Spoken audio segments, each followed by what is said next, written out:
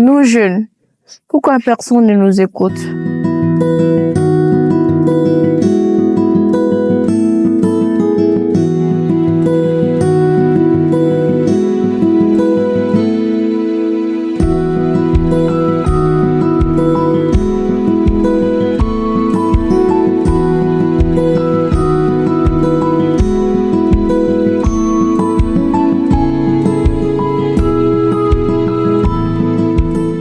Dans une Afrique de l'Ouest en pleine mutation, les jeunes représentent plus de 60% de la population. Mais quelle est leur place dans la construction des politiques publiques? 5 pays, une même question, une génération en mouvement.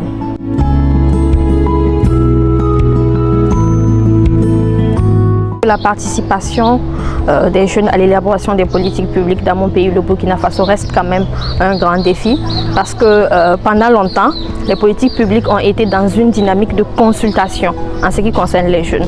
Mais de plus en plus, on revendique ou plutôt on pense qu'il serait bien de quitter ce chemin de consultation de la jeunesse pour aller vers un autre chemin de co-construction. Et justement, dans cette logique de co-construction, là, des efforts sont faits, mais il y a quand même des insuffisances qui sont toujours observées. Par exemple, au Burkina Faso, pour l'élaboration du plan d'action national de la résolution 2250 portant jeunesse, paix et sécurité, notre association Jeunesse Active du Développement, qui intervient aussi sur ces questions de jeunes et de sécurité, a été conviée aux instances de décision pour pouvoir élaborer ensemble le plan d'action national de cette résolution-là. Mais ce qu'on a pu constater, c'est qu'on n'était que 2 associations. Alors qu'au Burkina Faso, nous avons plus de 200 associations. Nous avons remarqué qu'il y a une partie de la jeunesse qui est laissée en marge, c'est-à-dire les jeunes vivant en milieu rural. Alors que quand on parle de questions sécuritaires, lorsqu'on voit la frange de la jeunesse qui est vraiment touchée par le phénomène de l'insécurité qui va grandissante, on remarque que c'est beaucoup plus les jeunes des zones rurales. Donc on se dit que la partie de la jeunesse qui est le plus touchée par la question sécuritaire n'est pas présente dans les décisions où on parle de la résolution 2250. Là, il y a un problème. Les politiques publiques sont importantes parce que tout simplement, elles concernent toutes les décisions, les programmes, les actions concrètes qui sont entreprises par le gouvernement pour vraiment répondre aux besoins des populations, essayer d'améliorer aussi leur situation. Donc en tant que jeune, surtout ici en Afrique où on est vraiment la majorité de la population, il est important vraiment qu'on prenne part à l'élaboration, la mise en œuvre, mais aussi à l'évaluation de ces politiques publiques qui déterminent notre avenir. Moi, je pense que nous sommes vraiment les cibles majoritaires des politiques publiques. Donc, pour avoir beaucoup plus d'impact, pour que nos besoins spécifiques soient pris en compte, il est vraiment important aussi qu'on puisse vraiment participer à l'élaboration. Que les jeunes sont associés d'une manière ou d'une autre par des consultations, par des enquêtes préalables et tout ce qui va avec. Mais ce que nous voulons, ce n'est pas encore ça. Le taux est très faible et nous souhaiterions qu'il y ait une forte implication des jeunes dans l'élaboration des politiques publiques parce que la jeunesse représente la plus grande force vive de la République aujourd'hui au Bénin et élaborer, mettre en œuvre des politiques publiques sans eux et sans elles, sans elles, c'est décider contre eux. Donc je souhaiterais en tout cas à titre personnel que la participation des jeunes soit de plus en plus inclusive et croissante. Je dirais que la population malienne majoritairement elle est jeune. Les jeunes n'ont pas encore atteint le quota existe de leur représentativité. Les jeunes sont représentés, nous sommes impliqués, mais nous voulons encore plus de voix, plus de positionnement dans les différentes instances. Nous sommes certes représentés, mais de forme. Le taux dont nous nous ambitionnons d'être présents encore, nous n'avons pas encore atteint ce niveau. Nous ne voulons pas seulement être invités à des activités et venir y participer, mais nous voulons toujours être dans du début jusqu'à la mise en œuvre.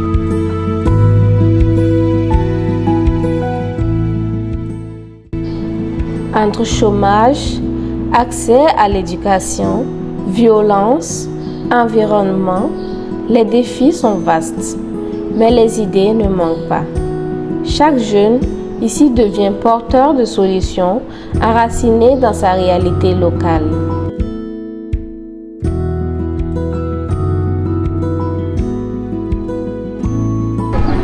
Oui, je constate que sur les questions de paix et sécurité, il y a encore une exclusion flagrante des jeunes et c'est la raison pour laquelle il y a eu la résolution 2250 et toutes les résolutions de l'agenda jeunesse, paix et sécurité, mais aussi le cadre continental pour vraiment promouvoir le leadership de ces jeunes sur ces questions-là.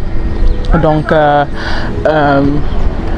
comme je le dis toujours, les questions de paix et de sécurité nous concernent davantage.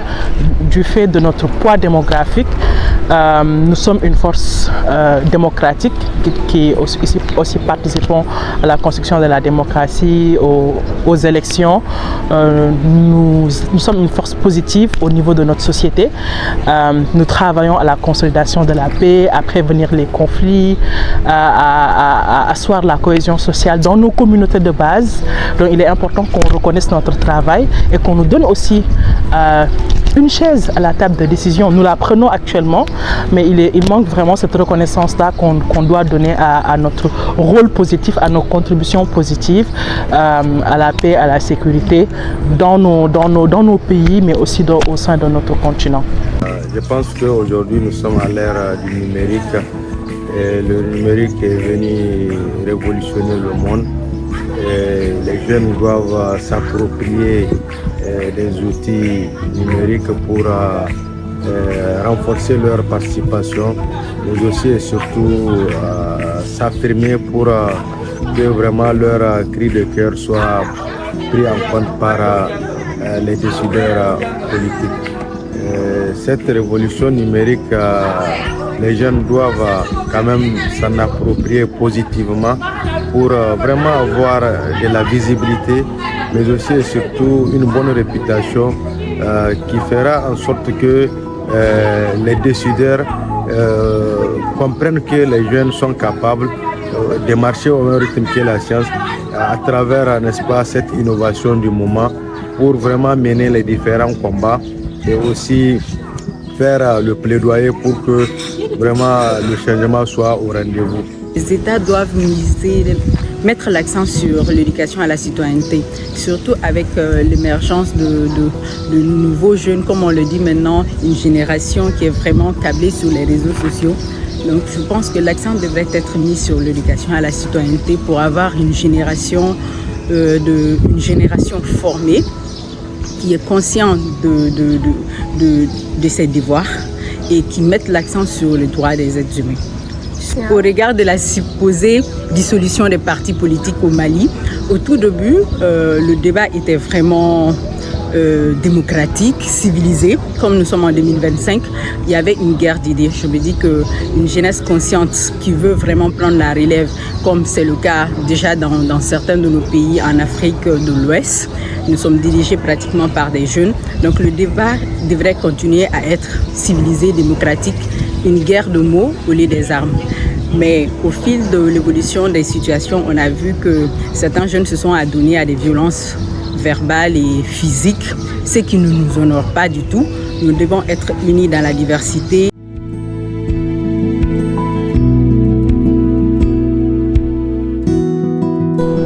Leur engagement est politique au sens noble du terme, celui de penser et transformer la cité. Durant plusieurs jours, ils ont partagé leurs expériences, leurs doutes, leurs rêves. Dans cet espace commun, les différences s'effacent. Reste une seule voix, celle de la jeunesse ouest-africaine. C'est un atelier qui entre dans le cadre du grand programme Power of Dialogue que nous déroulons depuis bientôt 5 ans. Et donc cet atelier-là a pour objectif de fournir à ces jeunes-là des outils et des techniques leur permettant de bien analyser les politiques publiques, mais également de pouvoir influencer les politiques publiques au sein de leur pays. Parce que tout simplement, nous avons constaté que les jeunes sont pratiquement absents lors de l'élaboration des politiques publiques. Aujourd'hui, nous savons tous que l'Afrique de l'Ouest vit depuis un bon moment une crise multiforme. Voilà, donc avec les crises institutionnelles, on s'est rendu compte que les jeunes sont souvent porteurs de ces combats sont les révolutionnaires, sont au front, mais au moment de l'élaboration des politiques publiques, ils demeurent les grands absents. Parce que les politiques publiques peuvent être définies comme étant un ensemble de mesures et de décisions ayant pour but de régler les problèmes des populations que les gouvernants estiment comme prioritaires. Et donc, même si ces politiques publiques-là émanent des autorités publiques, il n'en demeure pas moins qu'il y a souvent des entités qui y participent. Mais malheureusement, on constate que les jeunes sont un peu en retrait lors de l'élaboration de ces politiques publiques. Voilà pourquoi aujourd'hui nous sommes ici pour permettre à ces jeunes-là, pendant 3 jours, en collaboration avec l'Institut des politiques publiques du Sénégal, qui sont là aussi pour animer cette formation-là. C'est vraiment un atelier technique qui m'a permis personnellement de comprendre qu'est-ce qu'une politique publique, tout simplement, comment elle naît, comment elle est mise en œuvre, comment elle est évaluée. Donc on a aussi parlé des types d'évaluation, pourquoi évaluer une politique publique par exemple, les types d'évaluation, le cycle des politiques publiques, le cycle des évaluations. Donc on est vraiment entré dans les détails. On a parlé par exemple des politiques publiques budgétaires, monétaires. Donc c'est vraiment un atelier technique qui nous permet d'avoir une compréhension vraiment de ce que c'est une politique publique, des différentes formes. L'atelier que nous venons de suivre durant ces 3 jours conforte l'idée selon laquelle la participation des jeunes n'est pas un privilège, mais plutôt une nécessité et même un droit. Donc ça nous a permis de comprendre à quel moment de la politique publique nous pouvons intervenir, parce que on pensait qu'à un certain niveau de l'élaboration des politiques publiques, nous, on ne pouvait pas intervenir et qu'on ne pourrait attendre que la mise en œuvre pour proposer des solutions pour des éventuels réajustements. Mais cette formation nous a permis de comprendre qu'on pouvait être associé au début même de la construction de la politique publique, c'est-à-dire dans l'évaluation ex ante. Et c'est d'ailleurs la meilleure chose à faire, parce que ça permet à la politique publique qui va naître de prendre en compte au mieux les aspirations des jeunes. Donc on a compris qu'au niveau des politiques publiques, on pouvait intervenir non seulement dans l'élaboration, mais également dans la mise en œuvre et aussi dans l'évaluation, c'est-à-dire à tous les processus d'évaluation et de mise en œuvre de la politique publique.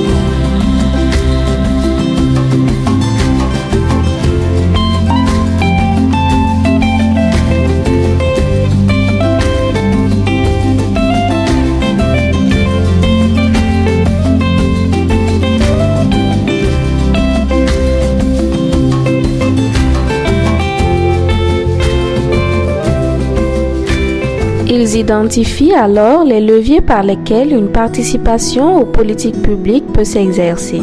On peut participer en tant qu'acteur, comme je dis, acteur clé. C'est depuis d'abord les évaluations ex ante, qui ici jouent un peu sur les aspects de planification et du diagnostic des opportunités, des besoins d'un premier temps, et même dans la mise en œuvre aussi. Ils vont identifier ensemble les problèmes, ils vont ensemble sur les objectifs, ils vont mettre des agendas en route, ils vont élaborer ces politiques-là et mettre en œuvre ensemble ces politiques-là et suivre ces politiques-là au fait. C'est dans tout le process, que ce soit au niveau ante, au niveau initiéré ou le niveau export, que les jeunes soient impliqués davantage au même titre que les autorités locales. Et ça va vraiment aider à ce développement endogène-là.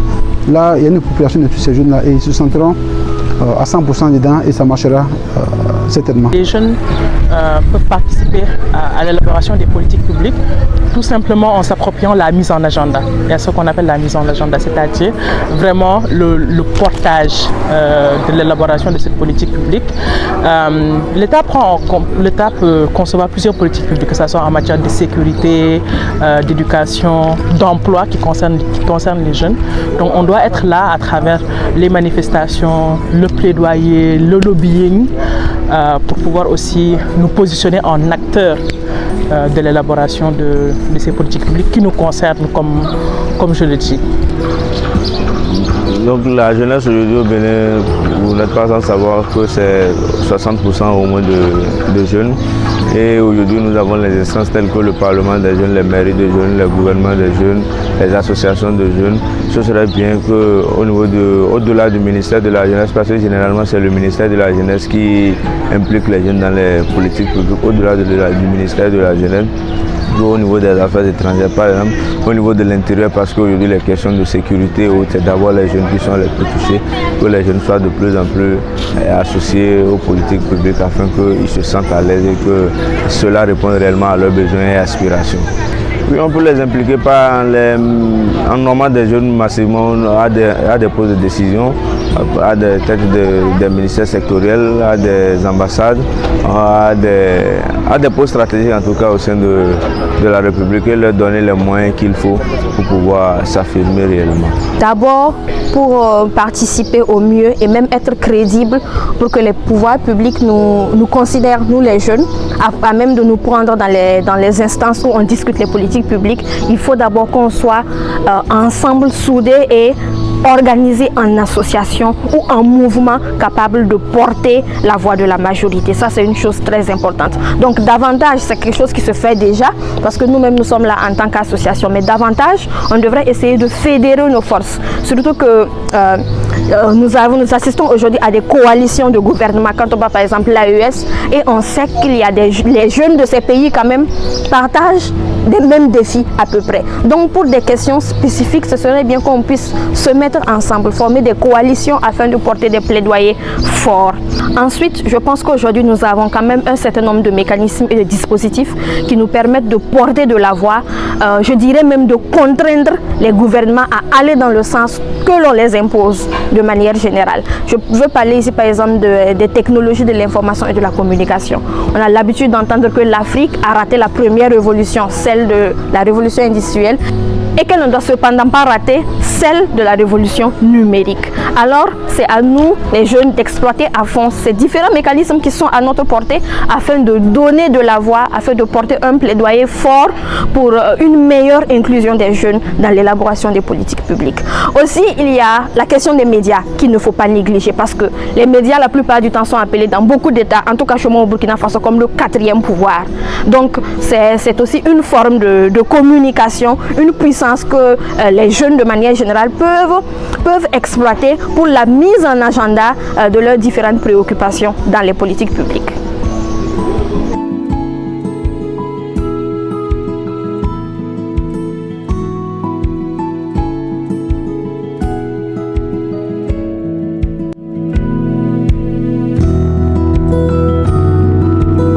C'est par un appel vibrant à rétablir l'équilibre de la participation des jeunes dans l'élaboration des politiques publiques au Sahel que ces voix s'élèvent pour conclure ce film. À l'endroit des autorités, je leur dirais de mettre en place des conditions de plus en plus favorables pour l'expression des jeunes dans l'élaboration et la mise en œuvre des politiques publiques. Et quant à nous jeunes, je voudrais nous exhorter à plus de sérieux car la concurrence déloyale au sein des organisations de jeunes et à la guerre de leadership. Oui, à l'endroit des jeunes, je dirais que tout est permis. L'espoir fait vivre, l'espoir a toujours raison, je leur dirais de toujours garder espoir, mais garder espoir sans entendre, mais toujours continuer par se battre pour se faire représenter davantage dans les instances de prise de décision. Quant à l'endroit de Gorée, je leur dirais merci pour les moyens mis en œuvre, pour tout ce qu'ils ont fait pour que nous soyons là et que l'atelier soit effectif. Je suis désormais un ambassadeur de Gorée. J'ai beaucoup appris et la meilleure manière de continuer par apprendre, c'est de partager les savoirs acquis. Car celui qui apprend et ne partage pas désapprend. Donc je compte faire des séances de restitution une fois au pays. Pour une génération future, nous devrons être engagés, être formés, accepter de nous former, surtout dans la citoyenneté, comprendre ce que c'est que la démocratie, parce qu'on le crie, c'est vrai, on le réclame partout, mais il faudrait vraiment comprendre que veut la démocratie. Nous jeunes, qu'est-ce que nous pouvons apporter dans cette démocratie? Un message à l'endroit de nos autorités, pour moi, ils devraient mettre l'accent sur des mécanismes légaux pour dissoudre les partis politiques, soit en organisant des élections communales, imposer soit un seuil ou imposer aux partis politiques d'avoir au minimum un conseiller pour se maintenir. Cela éviterait tout ce chaos et on allait en sortir très grand. Et pour nous, les jeunes, nous devons accepter de nous former. L'éducation à la citoyenneté doit être notre base. Nous devons nous former pour avoir des dirigeants futurs qui sont là pour leur pays, pas pour les intérêts personnels, qui pensent au peuple et qui veulent vraiment un peuple uni dans la diversité surtout des idées. Nous devons nous accepter les uns et les autres, respecter les opinions des uns et des autres pour un Mali plus prospère.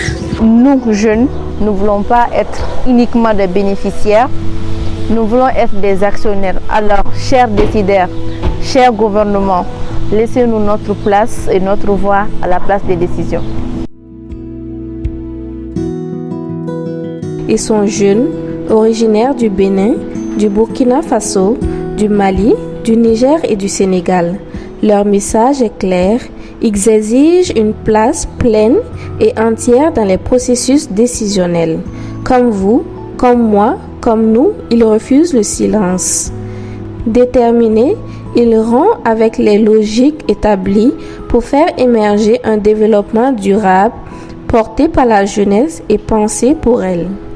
Tout ce qu'on fait pour la jeunesse, sans la jeunesse et contre la jeunesse.